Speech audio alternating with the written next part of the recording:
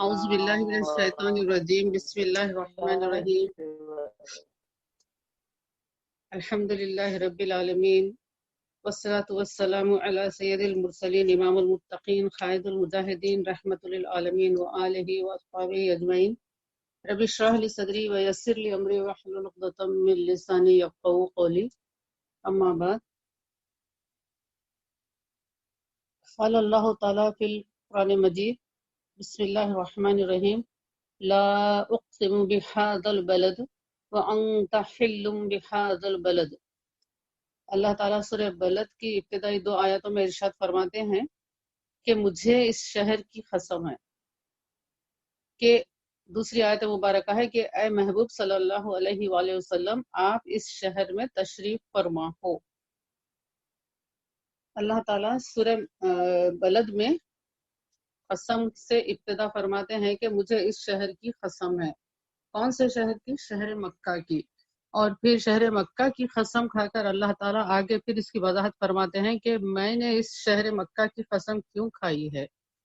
کہیں یہ لوگ گمان نہ کریں کہ یہ قسم میں نے اس لیے کھائی ہے کہ یہ یہاں پر کعبۃ اللہ ہے، کہیں لوگ یہ نہ سمجھے کہ یہاں پر صفا و مروہ ہے، کہیں لوگ یہ نہ سمجھے کہ یہاں پر مقام ابراہیم ہے، کہیں لوگ یہ نہ سمجھے کہ یہاں آب زمزم ہے، کہیں لوگ یہ نہ سمجھے کہ یہ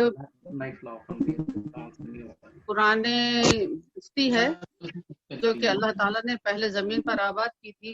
اس طریقے سے اللہ تعالیٰ نے اس کی وضاحت فرمائی کہ اے محبوب میں نے اس کی قسم اس لیے کھائی ہے کہ آپ اس میں تشریف فرما ہیں۔ رسول کریم صلی اللہ علیہ وسلم جس شہر میں جس مقام پر آپ تشریف فرما ہیں اللہ تعالیٰ نے اس کی قسم کھائی ہے۔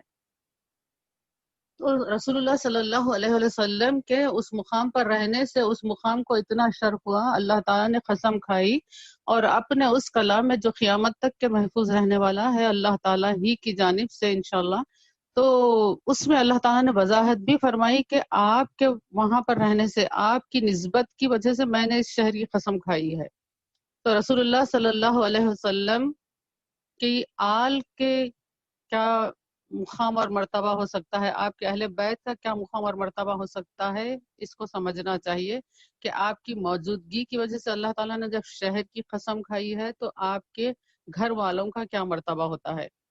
حضرت ابن عباس رضی اللہ عنہ سے روایت ہے کہ انہوں نے رسول اللہ صلی اللہ علیہ وسلم سے سنا کہ آپ صلی اللہ علیہ وسلم نے فرمایا اللہ سے محبت کرو اس لیے کہ اس کی نعمتیں تم کو ملی ہے۔ اللہ نے جو نعمتیں ہم کو دی ہیں، اللہ کی عطا کی گئی نعمتوں کی وجہ سے انسان کو کیا کرنا چاہیے؟ اللہ سے محبت کرنا چاہیے۔ اور پھر نعمتوں کی وجہ سے اور اللہ کی محبت کے لیے مجھ سے محبت کرو اور میری محبت کے لیے میرے اہل بیت سے محبت کرو۔ اب پہلے یہاں پر دیکھیے 3 محبتوں کا ذکر ہے، ایک تو اللہ کی محبت ہے، دوسرے رسول کی محبت ہے، تیسرے اہل بیت اطہار کی محبت ہے۔ تو اللہ کی محبت کی وجہ یہ بتائی گئی کہ اللہ نے تم کو نعمتیں دی ہیں، اللہ کی عطا کردہ نعمتوں کی وجہ سے تم اللہ سے محبت کرو۔ ہم کو یہ بتایا گیا ہے، اسلام میں یہ سکھایا گیا ہے کہ تم آپس میں ایک دوسرے کو تحائف دیا کرو، تحائف دینے سے خلوص بڑھتا ہے، محبتیں بڑھتی ہے، رنجشیں دور ہوتی ہیں۔ تو یہاں پر دیکھیے کہ اللہ تعالیٰ نے جو نعمتیں عطا کی، اللہ کی نعمتوں کا کوئی تقابل ہی نہیں ہے دنیا میں۔ اللہ نے ہم کو جو نعمتیں دی ہے وہ کوئی دوسرا ہم کو دے ہی نہیں سکتا۔ اللہ تعالیٰ نے ایک معمولی چیز دیکھیے کہ اللہ کی دی ہوئی نعمت ہمارے دانت ہیں، اگر دانت میں تکلیف ہوتی ہے تو ہم دوسرا اس کو دانت ہم لینے کے لیے کتنی ہم کو تکلیف ہوتی ہے، پھر بھی وہ اوریجنل دانت کی طرح ہم اس سے کام کر ہی نہیں سکتے۔ اسی طریقے سے انسان کے ہر جسم کے اعضاء دیکھیے، ایک معمولی اس کی کسی ایک مقام کی چھوٹی سی رگ کو دیکھ لیجئے، کہیں پر وہاں پر ڈس فنکشننگ شروع ہو جاتی ہے تو اس کا پوری طریقے سے اس کی علاج ممکن نہیں ہے، اس کا ریپلیسمنٹ ممکن نہیں ہے، اس کا متبادل کوئی چیز ہو ہی نہیں سکتی۔ اسی طریقے سے یہ تو صرف ہمارے بدن کی بات تھی، دوسری کئی نعمتیں ہیں جو اللہ تعالیٰ نے ہم کو عنایت کی ہیں۔ ہماری زندگی کی بقا کے لیے اللہ تعالیٰ نے کائنات میں اتنی چیزیں لگائی ہیں، پھر ہمارے دل کے سکون کے لیے، ہمارے کاموں کی انجام دہی کے لیے اللہ تعالیٰ نے رشتہ داریاں لگائی ہیں، اللہ تعالیٰ نے کئی طرح سے ہماری مدد فرمائی ہے، ہم کو نعمتوں سے مالا مال کیا ہے۔ تو ایک غور کرنے والا شخص، اسلام میں غور و فکر کا جو حکم دیا گیا ہے کہ جانور کی طرح صرف کھاتے پیتے نہ پھریں، بلکہ اپنے ذہنوں کو استعمال کریں کہ اللہ تعالیٰ نے تم کو کیا کیا دیا ہے، تم کیا کیا چیزیں اللہ کے استعمال کر رہے ہو، یہ غور کرو۔ غور کرنے کی وجہ سے احساس پیدا ہوتا ہے، شکر گزاری کے جذبے پیدا ہوتے ہیں، اس کی وجہ سے اپنے اعمال کی اصلاح ہوتی ہے۔ اگر غور و فکر نہیں کریں گے، پاگلوں کی طرح ہی زندگی گزاریں گے، تو پھر بغیر دماغ والوں میں اور دماغ والوں میں کوئی فرق نہیں رہ جاتا ہے، بلکہ احسان مندی اور احساس ختم ہو کر انسان جانوروں کے لیول میں چلا جاتا ہے۔ تو اسی لیے غور و فکر کرنے کا ہم کو کہا گیا ہے۔ بہرحال نعمتیں ہیں اللہ کی دی ہوئی، اللہ کی نعمتوں کی وجہ سے تم اللہ سے محبت کرو۔ اور اللہ تعالیٰ نے قرآن مجید میں یہ مومن کا وصف بتایا ہے کہ مومن اللہ کی محبت میں بہت شدید ہوتا ہے، بہت، یعنی کہ اپنے دل کی گہرائیوں سے مومن اللہ کی محبت کرتا ہے۔ تو یہ محبت ہے اللہ کی، اور اللہ سے جب محبت ہو تو اللہ تعالیٰ یہ کہتا ہے کہ تم میرے حبیب سے محبت کرو۔ جس سے محبت ہوتی ہے اس کے حبیب سے بھی محبت ہوتی ہے، اس کے اچھوں سے بھی محبت ہوتی ہے، اس سے جو وابستہ لوگ ہیں اس سے بھی محبت ہوتی ہے۔ تو یہ محبت ایک ایسا شجر ہے کہ جب ہم اس کے شجر سے جب پسند کرنے لگتے ہیں تو پھر اس کی ڈالیوں سے، اس کے پھل پودوں سے، اس کے بوٹوں سے، ہر چیز سے محبت ہونے لگتی ہے۔ تو یہ ایسا شجر ہے محبت کا۔ تو رسول کریم صلی اللہ علیہ وسلم سے محبت کا حکم اللہ تعالیٰ نے دیا ہے۔ اللہ تعالیٰ نے نبی کریم صلی اللہ علیہ وسلم کو اپنا حبیب کہا ہے، یعنی جس کو چاہا ہے۔ تو اب کوئی اللہ کو اگر چاہتا ہے تو اس کو چاہیے کہ وہ اللہ کے حبیب سے بھی محبت کرے، اللہ کے حبیب سے محبت کرے۔ اور اللہ تعالیٰ کے حبیب سے جو محبت کرتا ہے، اللہ کے حبیب نے ہمارے لیے کیا کیا نہیں کیا ہے، اللہ کے حبیب نے ہماری مغفرتوں کے سامان کی تلاشی کی ہے، ہمارے لیے دعائیں کی ہے، ہمارے ناموں سے قربانیاں دی گئی ہیں، ہمارے نام سے ہمارے لیے دعائیں کی گئی ہیں کہ اللہ ان کی بخشش فرما۔ ہمارے لیے دن اور رات کے ہر چھوٹے چھوٹے کام کے لیے ہمارے آقا صلی اللہ علیہ وسلم نے رہنمائی فرمائی ہے کہ تم کو یہ کام اس طریقے سے کرنا ہے، اس طریقے سے کرنا ہے۔ چھوٹے چھوٹے کام کے لیے ہمارے آقا نے رہنمائی فرمائی ہے۔ تو یہ اس طریقے سے اللہ کے حبیب نے ہماری رہنمائی کی ہے، تو ہم کو اللہ کے حبیب سے بھی محبت کرنی چاہیے۔ اور پھر جب اللہ کے حبیب سے محبت ہوتی ہے تو اللہ کے حبیب کے اہل بیت سے بھی محبت ہوتی ہے۔ ہم دیکھتے ہیں کہ ہم کو اپنی اولاد سے محبت ہوتی ہے تو ہم کو اولاد کی اولاد سے بھی محبت ہوتی ہے۔ تو اللہ کے حبیب سے جب محبت ہوتی ہے تو حبیب کی آل سے بھی محبت ہوتی ہے، اہل بیت اطہار سے بھی محبت ہوتی ہے۔ اور اہل بیت اطہار سے محبت رکھنا یہ ہمارے لیے ایمان کی سلامتی کا ذریعہ ہے۔ انشاءاللہ تعالیٰ اس پر آگے بات ہوگی کہ اہل بیت اطہار سے محبت رکھنا ہمارے لیے کس طریقے سے نفع بخش ہوتا ہے ہر دو جہاں میں۔ انشاءاللہ تعالیٰ اس پر آگے بات ہوگی۔ تو یہ تین محبتوں کا درس اس حدیث میں ہم کو دیا گیا ہے۔ اللہ تعالیٰ ہم کو ان تینوں عمل کو اختیار کرنے کی توفیق عطا فرمائے، اور ان محبتوں سے اللہ تعالیٰ ہماری زندگیوں کو سرسبز و شاداب فرمائے۔ پھر حضرت ابو ذر رضی اللہ تعالیٰ عنہ سے روایت ہے کہ انہوں نے جب کہ وہ کعبۃ اللہ کے دروازے کو تھامے ہوئے تھے، حضرت ابو ذر رضی اللہ تعالیٰ عنہ کعبۃ اللہ کے دروازے کو تھامے ہوئے تھے، تو اس وقت انہوں نے نبی کریم صلی اللہ علیہ وسلم کو فرماتے ہوئے سنو تم میں میرے اہل بیت کی مثال حضرت نوح علیہ السلام کی کشتی کے جیسی ہے، جو کوئی اس میں سوار ہو گیا وہ نجات پا گیا، اور جو اس سے پیچھے رہ گیا وہ ہلاک ہو گیا۔ اتنی واضح مثال ہے نوح علیہ السلام کی کشتی سے مثال دے کر رسول کریم صلی اللہ علیہ وسلم نے یہ بتایا کہ جو کوئی اس میں سوار ہوا وہ نجات پاتا ہے۔ تو اسی طریقے سے اہل بیت اطہار کی محبت سے جو وابستہ ہو جاتا ہے تو وہ نجات پاتا ہے، اور جو کوئی اہل بیت اطہار کی محبت سے عاری رہتا ہے، جو محروم رہتا ہے، تو وہ ہلاک ہو گیا۔ اسی طریقے سے حضرت امام ماتوریدی فرماتے ہیں کہ رسول کریم صلی اللہ علیہ وآلہ وسلم کی اہل بیت میں ازواج اور اولاد سب کو عام ہے، یعنی اہل بیت میں ازواج اور اولاد سب کو عام ہے۔ یعنی کہ بعض لوگ یہ سمجھتے ہیں کہ اہل بیت سے مراد صرف امہات المومنین ہے، اور بعض لوگ یہ سمجھتے ہیں کہ اہل بیت سے مراد صرف حضرت علی رضی اللہ تعالیٰ عنہ کا خاندان ہے، تو یہ نہیں ہے۔ تو یہ حضرت امام ماتوریدی یہ فرماتے ہیں کہ اہل بیت سے مراد امہات المومنین بھی ہے، اور حضرت علی کرم اللہ وجہ، اور حضرت فاطمہ الزہرا رضی اللہ تعالیٰ عنہ، اور حضرت حسنین کریمہ نے حضرت امام حسن رضی اللہ تعالیٰ عنہ اور حضرت امام حسین رضی اللہ تعالیٰ عنہ سب شامل ہیں۔ تو اس طریقے سے یہ اہل بیت کی تعریف ہوئی۔ اور ایک مرتبہ حضرت ام سلمہ رضی اللہ عنہ فرماتی ہیں کہ میرے گھر میں آیت شریفہ یہ انما یرید اللہ لیذھب عنکم الرجس اہل البیت نازل ہوئی۔ اور فرمائیں کہ رسول اللہ صلی اللہ علیہ وسلم نے حضرت فاطمہ، حضرت علی اور حضرت حسن و حسین کو بلایا اور فرمایا یہ میرے اہل بیت ہیں۔ رسول اللہ صلی اللہ علیہ وسلم نے بتایا کہ یہ میرے اہل بیت ہیں، اور وہ فرماتی ہیں تو میں عرض کی یا رسول اللہ کیا میں اہل بیت سے نہیں ہوں؟ آپ نے فرمایا کیوں نہیں، انشاءاللہ۔ تو رسول اللہ صلی اللہ علیہ وسلم نے بھی یہ وضاحت فرمائی کہ اہل بیت میں امہات المومنین بھی ہے اور حضرت علی کرم اللہ وجہ کا خاندان بھی ہے، مبارک خاندان بھی ہے۔ حضرت زید بن ارقم رضی اللہ تعالیٰ عنہ فرماتے ہیں کہ رسول اللہ صلی اللہ علیہ وسلم ایک دن اس چشمے پر جس کو خم کہا جاتا ہے جو مکہ اور مدینے کے درمیان ہے خطبہ دینے کے لیے کھڑے ہوئے اور اللہ کی تعریف اور ثنا کی، واعظ اور نصیحت فرمایا، پھر فرمایا کہ سنو اے لوگو، اس کے سوا نہیں کہ میں بشر ہوں، قریب ہے کہ میرے پاس میرے رب کا قاصد آئے اور میں اس کو قبول کروں۔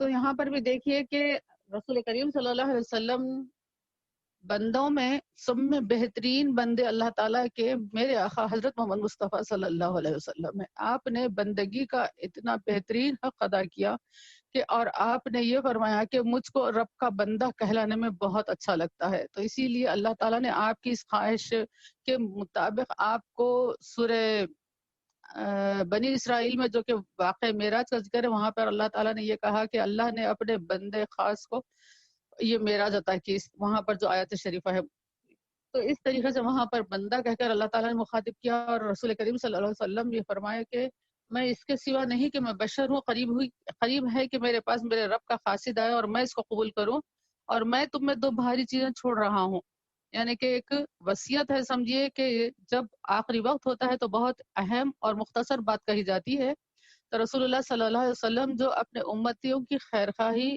ہر دو جہاں کی خیرخواہی کے لیے آپ رب کریم گواہی دیتا ہے کہ آپ حریص ہیں اپنے مومنین کی بھلائی کے لیے، ان پر آسانیوں کے لیے آپ حریص ہیں، تو وہ شفیق آقا آخری وقت آپ جو چیز ہمارے لیے بتا رہے ہیں وہ یہ کہ دو بھاری چیزیں چھوڑ رہا ہوں، ان دونوں میں سے پہلی چیز اللہ کی کتاب ہے، اس میں ہدایت اور نور ہے، تم اللہ کی کتاب کو پکڑو اور اس کو مضبوطی سے تھام لو۔ آپ نے اللہ کی کتاب پر ابھارا، یعنی اللہ کی کتاب پر عمل کرنے کے لیے ابھارا، اس سے محبت کرنے کے لیے، اس سے لگاؤ کرنے کے لیے، اس کے حقوق ادا کرنے کے لیے آپ نے اس کو ابھارا اور اس کی ترغیب دی۔ پھر فرمایا کہ میرے اہل بیت، یعنی تم کو میں میرے اہل بیت کے بارے میں اللہ یاد دلاتا ہوں، میرے اہل بیت کے بارے میں اللہ یاد دلاتا ہوں۔ یہاں پر بھی میرے آقا صلی اللہ علیہ وسلم نے یہ الفاظ 2 مرتبہ دہرائے، میں اللہ یاد دلاتا ہوں، میرے اہل بیت کے بارے میں اللہ یاد دلاتا ہوں۔ تو دل یہ گواہی دیتا ہے کہ یہ میرے آقا کا 2 مرتبہ فرمانا ایک امہات المومنین کے لیے ہے اور ایک بی بی فاطمہ الزہرا رضی اللہ تعالیٰ عنہ کے گھر کے لیے ہے۔ اور ایک روایت میں ہے کہ کتاب اللہ ہی اللہ کی رسی ہے، جو شخص اس کی اتباع کیا وہ ہدایت پر ہے، جو شخص اس کو چھوڑ دیا وہ گمراہی پر ہے۔ اور حضرت زید بن ارقم رضی اللہ تعالیٰ عنہ سے روایت ہے کہ رسول اللہ صلی اللہ علیہ وسلم نے فرمایا تم میں ایسی چیز چھوڑ رہا ہوں جس کو تھام لو تو میرے بعد تم ہرگز گمراہ نہیں ہوں گے۔ ان دونوں میں سے ایک دوسرے سے عظیم تر ہے کتاب اللہ جو آسمان سے زمین تک دراز رسی ہے، یعنی اللہ کی کتاب جو آسمان سے زمین تک دراز رسی ہے، اللہ تک پہنچانے والی ہے، جو کوئی اس کے حقوق کو ادا کرے گا وہ اللہ تعالیٰ اس کے لیے حامی و ناصر بن جائے گا، اللہ تعالیٰ سے اس کا واسطہ منقطع نہیں ہوگا۔ تو یہ دراز رسی ہے جو آسمان سے زمین تک لوگ اس سے مستفید ہوتے رہیں گے۔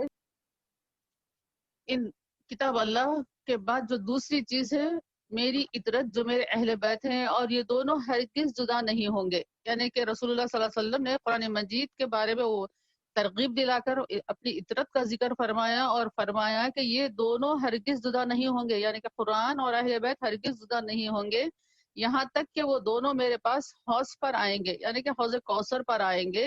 اب دیکھو ان دونوں کے ساتھ تم میرے بعد کس طرح کا عمل کرتے ہو۔ رسول اللہ صلی اللہ علیہ وسلم نے یہ بتا دیا کہ اہل بیت جو ہے وہ قرآن مجید سے ہرگز ہٹیں گے نہیں، قرآن مجید اور اہل بیت ساتھ ساتھ رہیں گے، اور یہ دونوں اس طریقے سے ساتھ رہیں گے کہ زندگی پوری دنیا میں تمام یہ قرآن کے ساتھ رہیں گے، اور یہ ساتھ یہاں چھوٹے گا نہیں، اور وہاں پر حوض کوثر پر بھی قرآن کے ساتھ اہل بیت اطہار اپنے نبی حضرت محمد مصطفیٰ صلی اللہ علیہ وسلم کے سامنے حاضر ہوں گے۔ حضرت جابر رضی اللہ تعالیٰ عنہ سے روایت ہے کہ فرمایا میں رسول اللہ صلی اللہ علیہ وسلم سے انہوں نے سنا کہ آپ نے فرمایا کہ آپ کے حج کے موقع پر عرفے کے دن دیکھا جب آپ اپنی اونٹنی خصفہ پر خطبہ دے رہے تھے، آپ کو فرماتے ہوئے سنا اے لوگوں میں تمہیں وہ چیز چھوڑ رہا ہوں، اگر تم اس کو پکڑو گے تو ہرگز گمراہ نہیں ہوگے۔ اور آپ نے یہ فرمایا کہ اللہ کی کتاب اور میری اطرت میرے اہل بیت۔ حضرت سعد بن ابی وقاص فرماتے ہیں کہ جب یہ آیت ندعو ابناءنا و ابناءکم نازل ہوئی تو رسول اللہ صلی اللہ علیہ وسلم نے حضرت علی، حضرت فاطمہ، حضرت حسن اور حسین کو بلایا اور فرمایا اللہم ہؤلاء اہل بیتی، اے اللہ یہ میرے اہل بیت ہے۔ اب یہاں پر جب حدیث شریف میں یہ واضح ہو گیا، صحیح مسلم کی حدیث شریف ہے، تو اس کے بعد شک کی گنجائش نہیں رہتی کہ اہل بیت میں کون کون شامل ہیں۔ حضرت عائشہ صدیقہ رضی اللہ عنہ سے مروی ہے کہ فرماتی ہے کہ رسول اللہ صلی اللہ علیہ وسلم ایک دن صبح نکلے اور آپ پر کجاوے کی تصویر والی کالی بالوں کی کمبل تھی، یعنی کہ ایسی کمبل تھی جس کے اوپر بال تھے اور اس کے اوپر ایک کجاوا، یعنی کہ جو کہ اونٹ پر کسا جاتا ہے بیٹھنے کے لیے، اس کی تصویر تھی۔ اور حضرت حسن بن علی آئے تو آپ نے ان کو اس میں داخل کر لیا، پھر حضرت حسین بن علی آئے، وہ بھی ان کے ساتھ داخل ہو گئے، پھر سید فاطمہ رضی اللہ تعالیٰ عنہا آئیں تو آپ نے ان کو بھی داخل کر لیا، پھر حضرت علی آئے، آپ نے ان کو بھی داخل کر لیا، پھر فرمایا انما یرید اللہ لیذھب عنکم الرجس اہل البیت ویطہرکم تطہیرا۔ یہ بھی صحیح مسلم کی حدیث شریف ہے کہ کہ رسول اللہ صلی اللہ علیہ وسلم نے تمام کو اپنی کملی میں لے کر فرمایا کہ بے شک اللہ تعالیٰ اہل بیت کو رجس سے پاک رکھنا چاہتا ہے اور ان کو مطہر فرمانا چاہتا ہے۔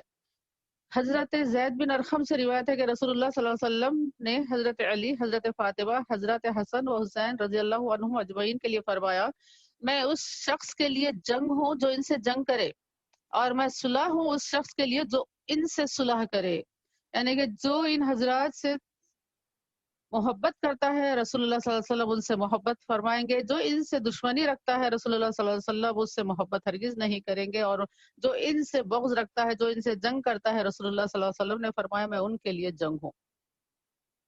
اللہ ہماری حفاظت فرمائے، ہمارے نسلوں کی، ہماری اولاد کی حفاظت فرمائے۔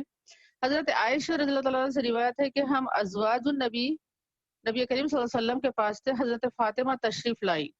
جب حضرت فاطمہ تو زہرا تشریف لائیں تو حضرت عائشہ صدیقہ رضی اللہ عنہ فرماتی ہیں کہ آپ کی رفتار کا انداز، یعنی کہ چلنے کا انداز رسول اللہ صلی اللہ علیہ وسلم کی رفتار سے الگ نہیں تھا، بالکل اپنے والد محترم کی مشابہ تھی۔ جب آپ صلی اللہ علیہ وسلم نے ان کو دیکھا تو مرحبا فرمایا، خوش آمدید میری بیٹی فرمایا، پھر ان کو بٹھایا اور ان سے آہستہ سے گفتگو فرمائی تو وہ بہت روئی، اور آپ نے جب ان کے رنج و ملال کو دیکھا تو پھر دوسری مرتبہ ان سے آہستہ سے گفتگو فرمائی تو وہ ہنسنے لگی۔ جب رسول اللہ صلی اللہ علیہ وسلم اس دنیا سے پردہ فرمائے تو میں ان سے آپ صلی اللہ علیہ وسلم نے جو آہستہ سے گفتگو فرمائی اس سے متعلق پوچھی تو وہ فرمائی میں رسول اللہ صلی اللہ علیہ وسلم کے ہوتے ہوئے اس راز کو ظاہر نہیں کروں گی۔ پھر جب آپ صلی اللہ علیہ وسلم کا وصال ہوا تو میں بولی تم کو میں میرے حق کا جو تم پر ہے واسطہ دے کر پوچھتی ہوں، تم مجھ کو بتاؤ۔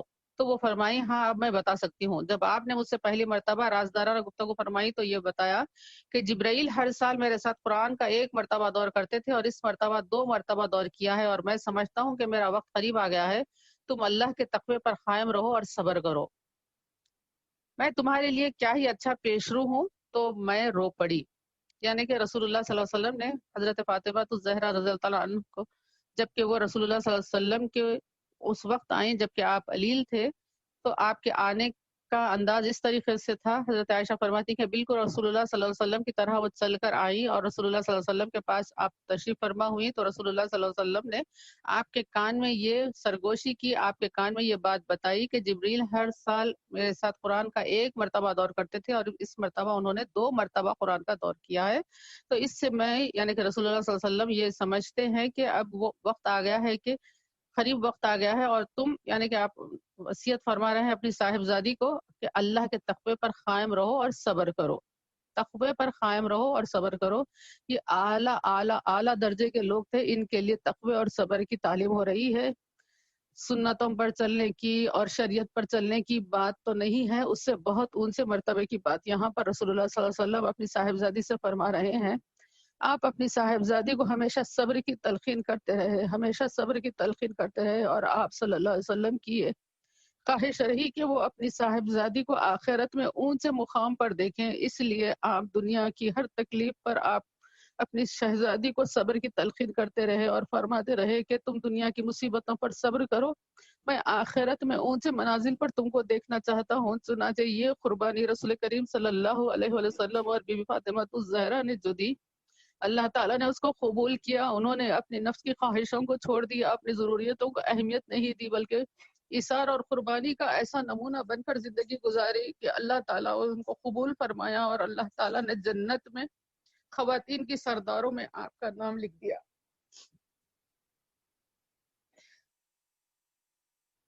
اور پھر آپ نے یہ فرمایا کہ میں تمہارے لیے کیا ہی اچھا پیش رو ہوں، یعنی کہ میں تم سے پہلے جا رہا ہوں اور میں تمہارے لیے کیا وہ نمونہ عمل نہیں ہوں، میں تمہارے سے پہلے جا رہا ہوں اور پیش رو ہوں، یعنی کہ تم کو چاہیے کہ میرے نقش قدم پر چلے، میری اطاعت، میری اتباع، میری محبت میں زندگی گزارے۔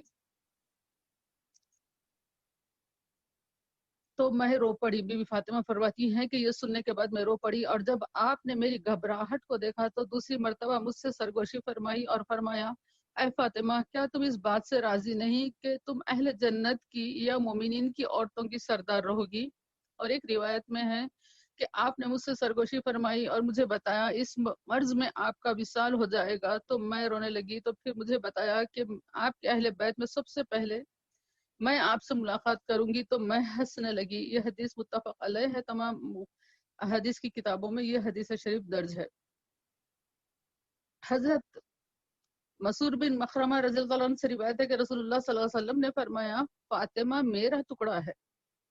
اب آپ اندازہ کیجئے رسول اللہ صلی اللہ علیہ وسلم نے اپنی وابستگی کا اظہار کس طریقے سے فرمایا ہے، کیسا بہت ہی لطیف اور پیارا محبت برا انداز ہے اپنی صاحبزادی کے ساتھ اپنی وابستگی کے اظہار کا، کہ آپ نے فرمایا کہ یہ فاطمہ میرا ٹکڑا ہے، یعنی میرے جسم کا حصہ ہے، یہ میرے سے الگ نہیں ہے۔ جو شخص اس کو غصہ دلایا وہ مجھ کو غصہ دلایا، اور ایک حدیث میں ہے جو چیز اس کو فکر میں ڈالتی ہے وہ مجھ کو فکر میں ڈالتی ہے، جو چیز اس کو تکلیف دیتی ہے وہ مجھ کو بھی تکلیف دیتی ہے۔ اور ترمذی شریف کی ایک حدیث شریف ہے کہ حضرت ابن عمر رضی اللہ عنہ فرماتے ہیں کہ انہوں نے اپنی پھوپھی کے ساتھ سیدہ عائشہ رضی اللہ عنہ کے پاس گیا اور پوچھا، رسول اللہ صلی اللہ علیہ وسلم کو لوگوں میں کون زیادہ محبوب تھے؟ تو وہ فرمائی فاطمہ۔ اور مرد حضرات کے بارے میں پوچھا گیا تو فرمایا ان کے شوہر یعنی حضرت علی کرم اللہ وجہ۔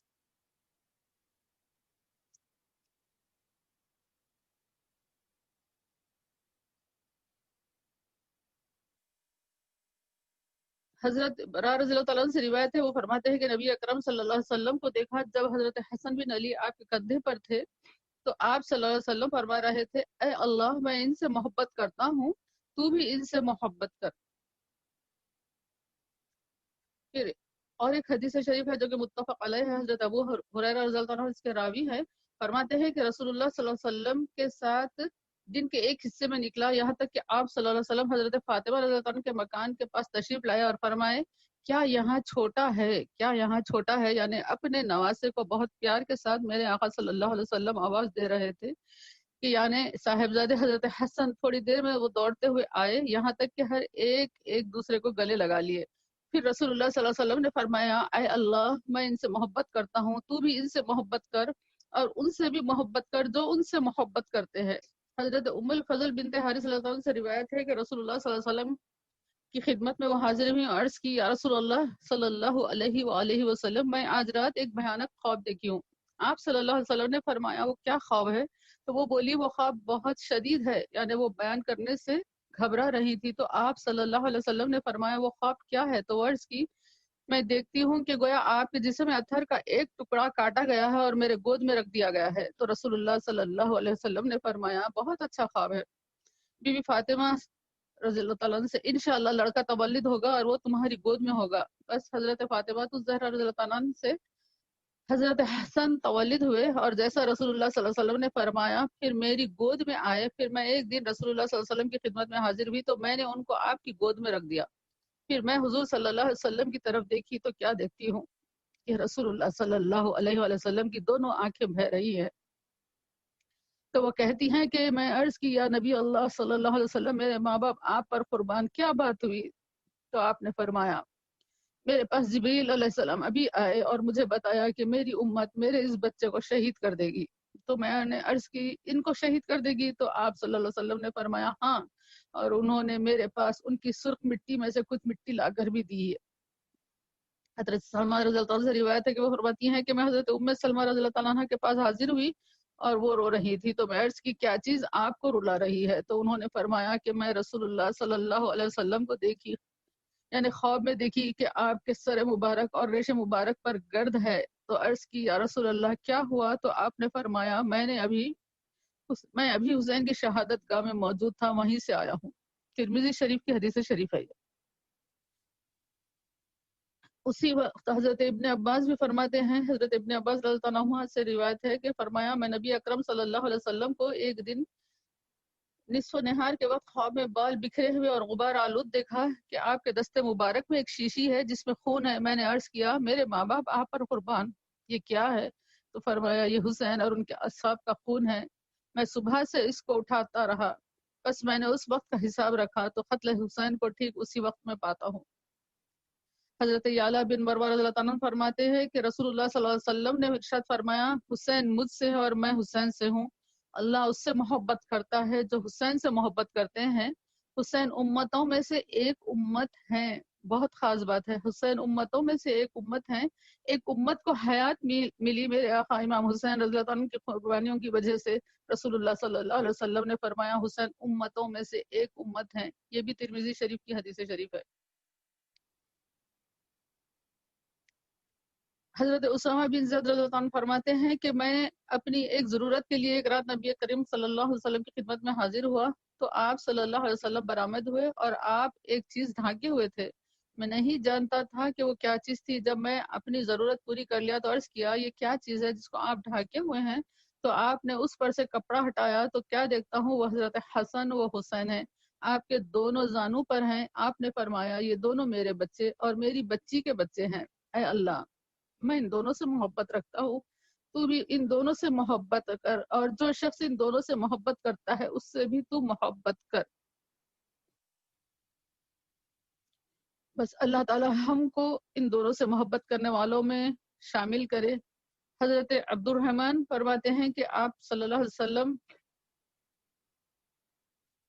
فرماتے کہ یہ دونوں دنیا میں میرے دو پھول ہیں. اور ایک حدیث شریف میں آیا ہے کہ رسول اللہ صلی اللہ علیہ وسلم آپ ان دونوں شہزادوں کو آپ سونگتے تھے اور آپ فرماتے کہ یہ دنیا میں میرے دو پھول ہیں. اور ان جیسے کہ ہم ابھی نبی کریم صلی اللہ علیہ وسلم کی عظمت کے بارے میں سنے کہ میرے آقا صلی اللہ علیہ وسلم کے پسینے مبارک میں وہ خوشبو ہوا کرتی تھی کہ مشک بھی اس خوشبو سے خاصر ہے اور دنیا کا کوئی عطر اس خوشبو کی ہمسری نہیں کرتا.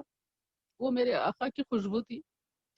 تو وہ شہزادے جن کے بارے میں کہا گیا ہے کہ یہ میرے ہیں، یہ میرے بیٹے ہیں، جن کی والدہ کے بارے میں بتایا گیا ہے کہ یہ میرے جسم کا ٹکڑا ہے، جن کے بارے میں یہ خواب دیکھا گیا ہے کہ آپ کے جسم اتر سے ٹکڑا کاٹا گیا ہے، تو ان کے پاس کتنی خوشبو نہ ہوگی. ایک مرتبہ حضرت امام حسین کی شہادت کے بعد حج کے لیے کچھ لوگ عراق سے آئے اور حضرت عبداللہ بن عمر سے کچھ مسئلہ دریافت کرنے لگے کہ محرم کو غالباً مکھی مارنا کیسا ہے، مکھی مارنا جائز ہے یا ناجائز ہے؟ تو آپ نے فرمایا، حضرت ابن عمر نے فرمایا اہل عراق مجھ سے مکھی کے متعلق دریافت کرتے ہیں، حالانکہ انہوں نے رسول اللہ صلی اللہ علیہ وسلم کے نواسے کو شہید کر دیا، جبکہ رسول اللہ صلی اللہ علیہ وسلم نے فرمایا کہ وہ دنیا میں میرے دو پھول ہیں.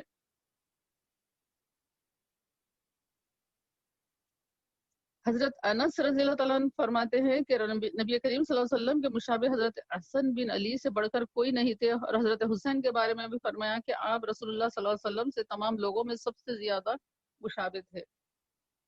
میں نے زیادہ تر ان احادیث کو لینے کی کوشش کی ہے جو ہم ابھی تک ماہ محرم الحرام شروع ہونے کے جب سے ہم جن کو نہیں سنے تھے ان احادیث کو لینے کی کوشش کی ہے. اللہ تعالی ہم کو اس کی اوپر عمل کرنے اور اس کے فہم اور اس کا حق ادا کرنے والے بنا دے.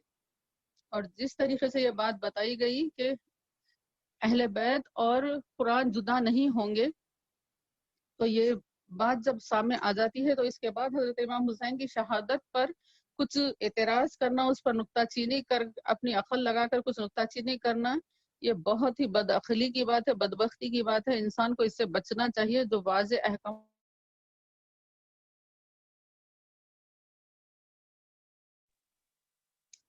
حضرت امام حسین نے یزید کے ہاتھ پر بیعت کیوں نہیں کی؟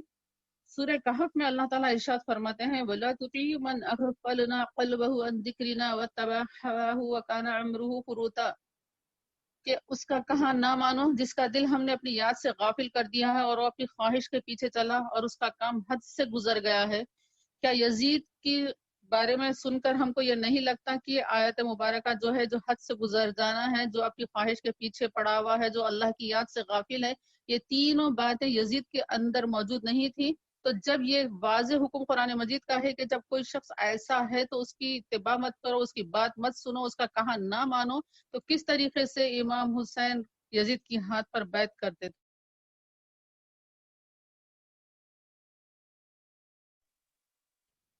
اب ہم یہ دیکھتے ہیں کہ اہل بیت اطہار کا معاملہ کس طریقے سے تھا. اللہ تعالیٰ نے جو فضیلت، اللہ تعالیٰ نے جو عظمت آپ لوگوں کو عنایت فرمائی، ہم دیکھتے ہیں کہ آپ لوگوں نے اس کو کس طریقے سے نبھانے کی کوشش فرمائی. حضرت حسن رضی اللہ عنہ کے بارے میں ہم دیکھتے ہیں کہ آپ لوگ یہاں پر اہل بیت اطہار تعلیم میں بھی اور اپنی فیاضی میں بھی، سخاوت میں بھی، اپنے حلم کے ذریعے دنیا میں ایک مثال قائم فرما دیے کہ اس طریقے سے اعلیٰ کردار کا انسان کو ہونا چاہیے. حضرت حسن بصری نے ایک مرتبہ، جو جن کے علم کے بارے میں ہم سب جانتے ہیں وہ کتنے اعلیٰ مرتبے کے عالم تھے، حضرت حسن بصری ایک مرتبہ حضرت حسن رضی اللہ عنہ کو خط لکھ کر آپ یہ دریافت فرماتے ہیں کہ قدریہ اور جبریہ فرقے جو ہیں ان کے بارے میں آپ کیا کہتے ہیں. تو حضرت امام حسن رضی اللہ عنہ نے فرمایا جو لوگ قدر یعنی کہ تقدیر کے خیر و شر من اللہ یعنی کہ اللہ کی جانب سے ہونے پر ایمان نہیں رکھتے اور جو اپنے گناہوں کو اللہ کی طرف منسوب کرتے ہیں وہ فاجر ہیں یعنی کہ گناہگار ہیں. یعنی کہ بعض لوگ ایسے ہوتے ہیں، آپ لوگ بھی شاید کسی سے ایسے ملے ہوں، جو کوئی برا کام کرتے ہیں تو کہتے ہیں کہ نعوذ باللہ اگر اللہ چاہتا تو ہم یہ برا کام نہیں کرتے، اگر ہماری تقدیر میں یہ لکھا نہ ہوتا تو ہم نہیں کرتے. اور اس طریقے سے وہ اپنے عمل کی کوتاہی کو، اپنے گناہوں کو تقدیر کا بہانہ بتا کر وہ اپنے پلے صاف کرنے کی کوشش کرتے ہیں. تو بہت بری بات ہے. اس طریقے سے کر کر انسان عمل سے اور خیر کی طرف رغبت کرنے سے غافل ہوتا ہے. اس طریقے کی تعلیم ہمارا اسلام نہیں دیتا ہے. تو حضرت امام حسن نے اس طریقے کے عمل کو روکنے کی تعلیم دی ہے. تو یہ آپ کے بہت ہی لطیف نکتے ہیں اہل بیت اطہار کے، جو کہ امام حسن نے یہ بھی فرمایا کہ ہر چیز کا ایک ظاہر ہوتا ہے اور ایک باطن ہوتا ہے. قرآن مجید کی ہر آیت، ہر حروف کا ایک ایک ظاہر بھی ہے اور ایک ایک باطن بھی ہے. تو یہ آپ لوگوں کے علم کا بہت زیادہ یعنی دقیق سمندر ہے، عمیق سمندر ہے، جو کہ دنیا جن سے فیض پائی ہے. اور فیاضی کے بھی آپ لوگوں کے یہ معاملے ہیں کہ ایک مرتبہ آپ کوفے میں اپنے گھر کے دروازے کے باہر تشریف فرما تھے کہ ایک بدوی آیا یعنی کہ ایک دیہاتی آیا اور آپ کو برا بھلا کہنے لگا، اور آپ رضی اللہ عنہ کے جب آپ کو برا بھلا کہا تو آپ خاموشی اختیار کیے ہوئے تھے. تو پھر اس نے یہ کیا کہ آپ کے والدین کو برا بھلا کہنا شروع کر دیا. اس پر بھی آپ خاموش رہے اور آپ نے کہا کہ اے بدوی، کیا تو بھوکا ہے؟ کیا میں تیرے کھانے کا انتظام کر دوں؟ یا تو پیاسا ہے کہ میں تجھ کو پانی پلاؤں؟ یا تجھ کو کچھ تکلیف ہے کہ میں تیری تکلیف کو دور کر دوں؟ تو پھر آپ نے ایک اپنے خادم کو بلایا اور پھر اشرفیوں کی تھیلی، چاندی کے اشرفیوں کی تھیلی منگوا کر اس بدوی کے حوالے کی. اور جب یہ بدوی کے سامنے رکھا گیا تو بدوی چیخ اٹھا کہ بے شک میں گواہی دیتا ہوں کہ آپ رسول اللہ صلی اللہ علیہ وسلم کے فرزند ہیں. میں آپ کے حلم کا امتحان لے رہا تھا، میں آپ کے صبر کا، آپ کے بردوباری کا امتحان لے رہا تھا. اتنا صبر، اتنی بردوباری، اتنا اعلیٰ اخلاق کا نمونہ رسول اللہ صلی اللہ علیہ وسلم کے اہل بیت کے علاوہ، آپ کے گھرانے کے علاوہ، آپ کے صاحبزادوں کے علاوہ کوئی اور دنیا میں نہیں بتا سکتا. تو میں ہی گواہی دیتا ہوں اور کلمہ پڑھتا ہوں، اسلام میں داخل ہوتا ہوں. جب ہم دیکھتے ہیں حضرت امام حسین کی طرف تو امام حسین کا بھی یہی معاملہ ہے. آپ نے بہت لطیف نکتے دین کے بارے میں دنیا کو بتائے ہیں کہ آپ نے یہ بتایا کہ تیرا سب سے زیادہ شفیق بھائی تیرا دین ہے. سب سے زیادہ یعنی تجھ سے جو شفیق ہے، یعنی کہ تجھ سے جو محبت رکھتا ہے، شفقت رکھتا ہے، تیرا بھائی وہ دین ہے، یعنی کہ دین سے بڑھ کر کوئی انسان کی خیر خواہی نہیں، دین سے ہٹ کر کوئی دوسرا عمل انسان کے لیے نفع بخش ہو ہی نہیں سکتا۔ جو دین کے اصول ہیں انہی اصولوں پر انسان چلتا ہے تو اس کو دنیا میں بھی فائدہ ہوتا ہے، آخرت میں بھی فائدہ ہوتا ہے، لہذا دین انسان کے لیے خیر خواہی ہے، خیر خواہی ہے۔ تو آپ نے یہ بتایا کہ سب سے زیادہ شفیق بھائی تیرا دین ہے۔ آدمی کی نجات دین کی مطابعت میں ہے۔ انسان نجات اسی وقت حاصل کرتا ہے جب وہ دین کی اتباع کرتا ہے، دین کی بتائی ہوئی باتوں پر عمل کرتا ہے، اور دین کی مخالفت ہلاکت کا باعث ہے۔ جو کوئی دین سے ہٹ کر دوسرا کام اختیار کرتا ہے، دین کی بتائے ہوئے احکامات سے ہٹ کر کام کرتا ہے، ہر چیز میں اب ہم کو اپنا محاسبہ کرنا چاہیے کہ ہم کہاں پر دین کے خلاف جا رہے ہیں۔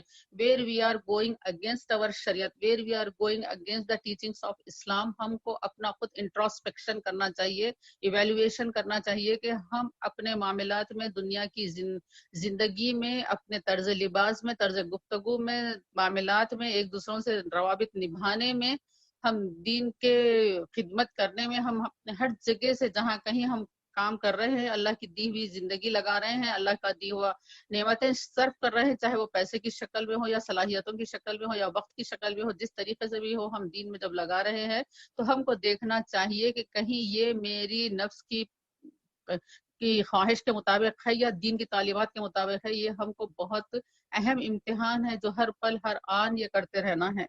تو آپ نے یہ بتایا کہ یہ جو دین کی مخالفت میں کرتا ہے تو وہ ہلاکت میں پڑتا ہے،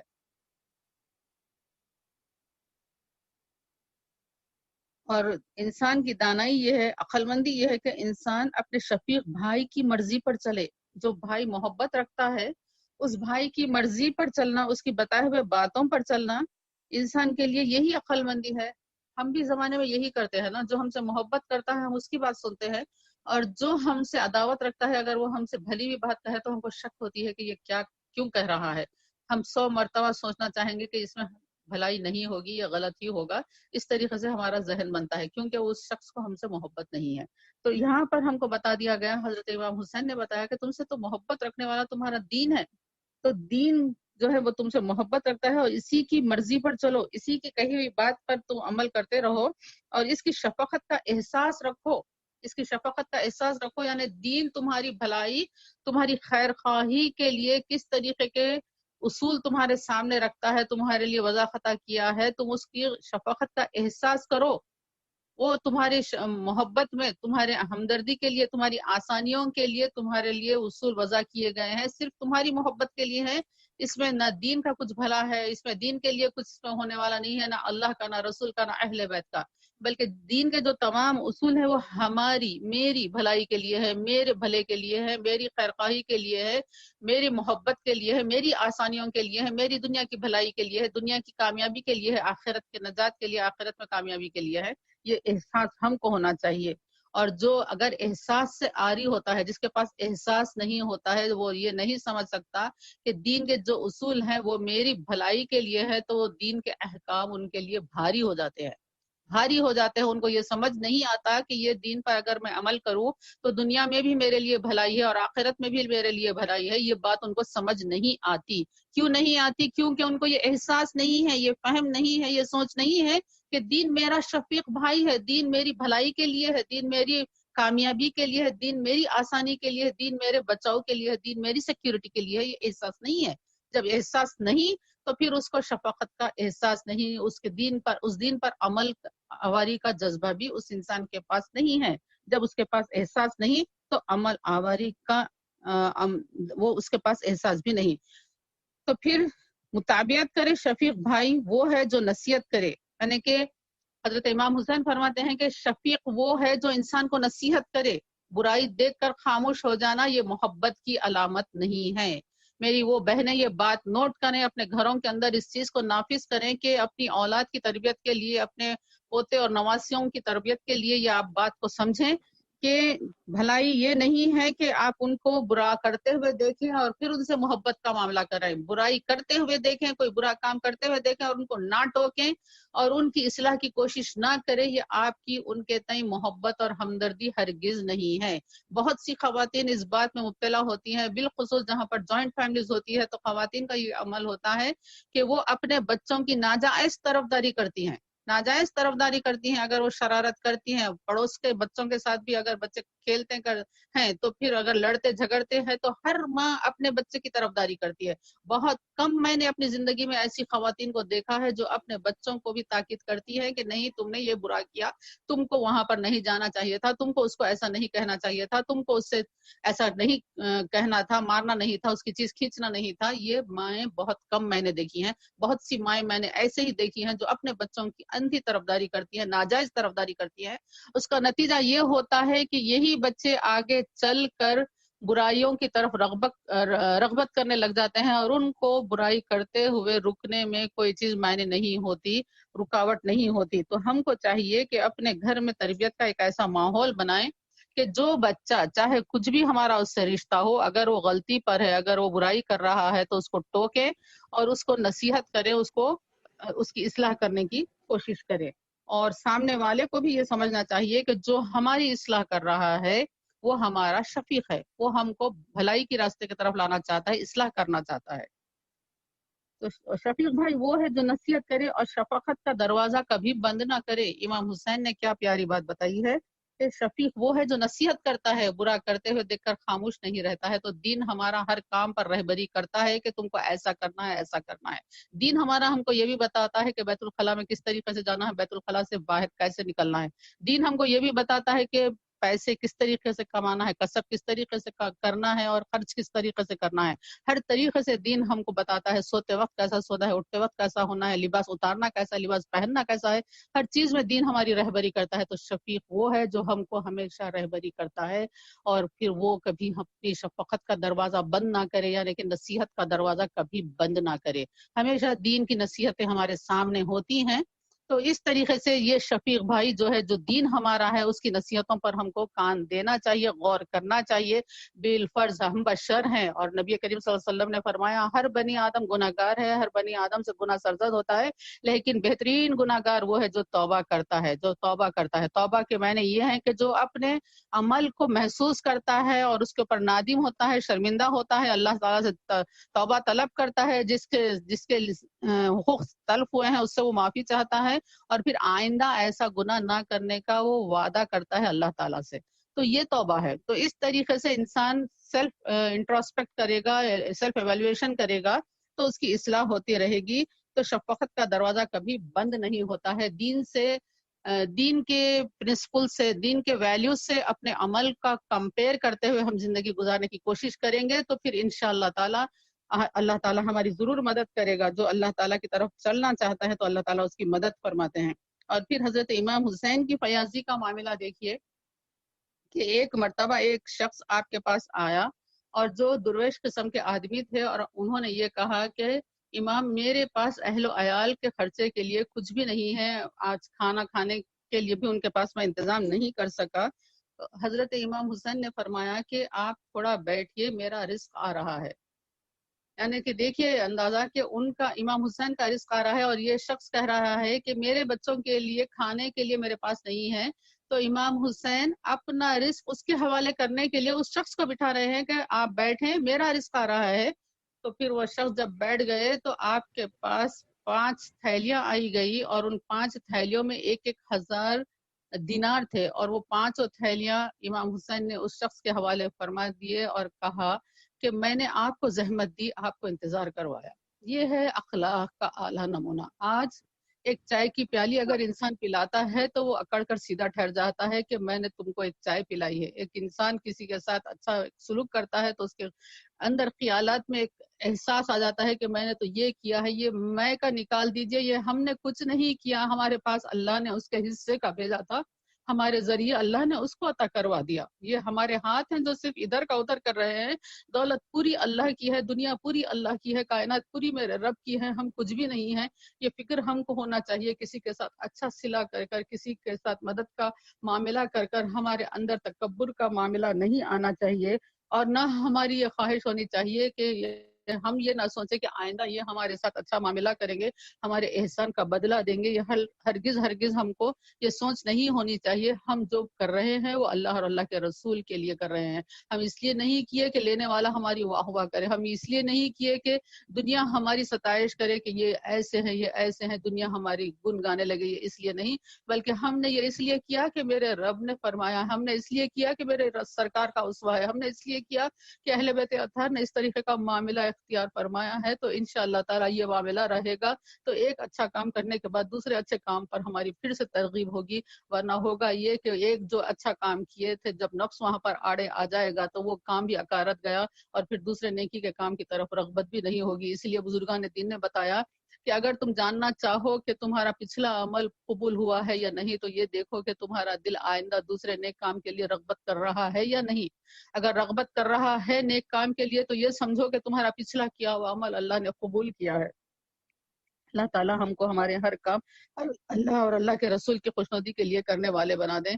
ایک اہل بیت اطہار میں جن کے ذکر کے بغیر تاریخ کربلا مکمل نہیں ہوتی، ان کے ذکر کے بعد میں اپنے بات کو ختم کروں گی. حضرت امام زین العابدین، جن کو بیمار کربلا بھی کہا جاتا، آپ کو امام سجاد بھی کہا جاتا ہے، کیونکہ آپ زین العابدین یعنی عابدین کی، عبادت گزاروں کی زینت کہا گیا ہے. امام زین العابدین کو آپ کثرت سے عبادت کیا کرتے تھے، آپ کثرت سے سجدے کیا کرتے تھے، اس لیے آپ کو امام سجاد بھی کہا گیا ہے. عبادت کی وجہ سے آپ کو امام زین العابدین کہا گیا ہے.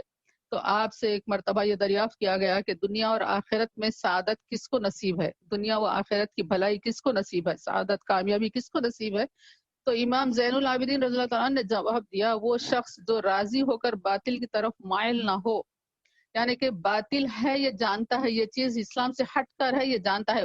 واٹ از باطل؟ باطل کس کو کہتے ہیں؟ جو کوئی بھی چیز اسلام سے ہٹ کر ہے وہ باطل ہے. جو کوئی بھی چیز اسلام کی تعلیمات سے ہٹ کر جو طریقہ ہے، جو رسم ہے، جو رواج ہے، جو زندگی کے معاملات ہیں، جو اسلام سے ہٹ کر ہے وہ آل آر باطل، سب چیزیں وہ باطل ہیں. تو آپ نے یہ فرمایا جو راضی ہو کر باطل کی طرف مائل نہ ہو اور ناراض ہو کر حق کو نہ چھوڑے، یہ اہل استقامت کا کمال ہے. یعنی کہ راضی ہو کر باطل کی طرف مائل نہ ہو، یہ سمجھتے ہیں کہ اگر میں اس طریقے سے نہ کروں گی تو میری دنیا میں کامیابی نہیں ہوگی. یہ کرنا ضروری ہے. اگر میں اسلام کی تعلیمات کے مطابق میں آج یہاں پر اپنے کام کروں گی تو لوگ مجھ کو قبول نہیں کریں گے، میری ترقی نہیں ہوگی. ممکن نہیں ہے کہ میں اسلام کی تعلیمات کو یہاں پر پکڑوں اور میں ترقی کروں، لہٰذا میں یہاں پر اس کو یہ چھوڑتی ہوں. اب میں یہاں پر یہ جو دوسرا طریقہ ہے، یہ کام کرنے میں میری جو مدد کرے گا، ترقی مجھ کو جو دلائے گا، یہ اسلام سے ہٹ کر طریقہ میں اختیار کروں گی. تو یہ انسان نے اپنی رضا سے اسلام کو چھوڑا، اپنی رضا سے باطل کو اختیار کیا. آپ میں اور آپ سب جو ہے اپنی اپنی زندگیوں کا محاسبہ کریں. ہم کہاں اسلام کو چھوڑ رہے ہیں، کہاں اسلام کی تعلیمات کو چھوڑ رہے ہیں، کہاں باطل کو ہم اختیار کر رہے ہیں.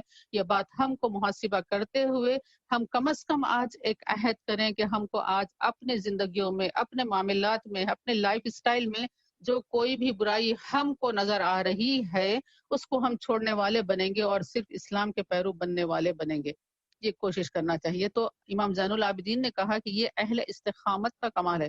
یعنی کہ ایسے لوگ جو اسٹیٹ فاسٹ رہتے ہیں اسلام پر، مذہب پر، اپنے عقیدے پر، تو وہ لوگوں کا یہ کمال ہے کہ وہ باطل کے طرز کی طرف مائل نہیں ہوتے ہیں اور حق کو نہیں چھوڑتے ہیں. پھر آپ نے یہ فرمایا کہ باطل کو برداشت کرنا باطل ہے، باطل کو برداشت کرنا بھی باطل ہے. یعنی کہ برائی کو برداشت کرنا بھی برائی ہے اور ناراض ہو کر حق کو چھوڑنا بھی باطل ہے.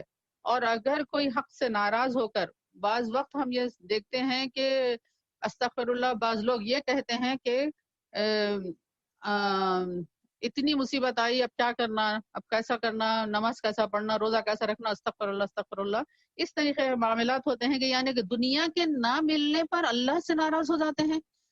دنیا کی یعنی کہ وہ چیز جو وہ چاہتے ہیں دنیا میں اگر نہ ملے تو اللہ سے ناراض ہو جاتے ہیں، حق سے ناراض ہو جاتے ہیں.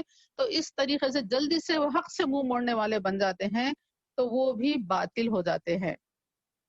اور امام زین العابدین نے فرمایا کہ مومن کبھی مبتلا باطل نہیں ہوتا، ایمان والا، کامل ایمان والا، اچھا مومن وہی ہے جو کبھی بھی باطل میں مبتلا نہیں ہوتا ہے، باطل کاموں میں، باطل اعمال میں، باطل خیالات میں وہ اپنے آپ کو مبتلا نہیں کرتا ہے، باطل کے طور طریقے اور طرز حیات کو وہ قبول نہیں کرتا ہے۔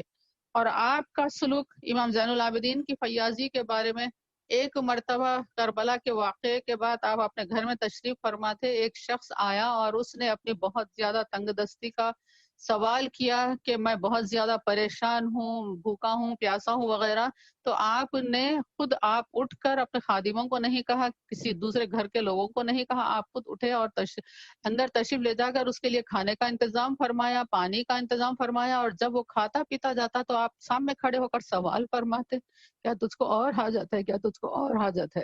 اور پھر اس کے بعد جب وہ کھا پی کر نکلنے لگا تو آپ اس کو بہت زیادہ مال و دولت دے کر سرفراز فرماتے ہیں۔ تو اس شخص نے تعجب سے کہا کہ اے امام، کیا آپ نے مجھ کو پہچانا نہیں ہے؟ اے امام، کیا آپ نے مجھ کو پہچانا نہیں ہے؟ میں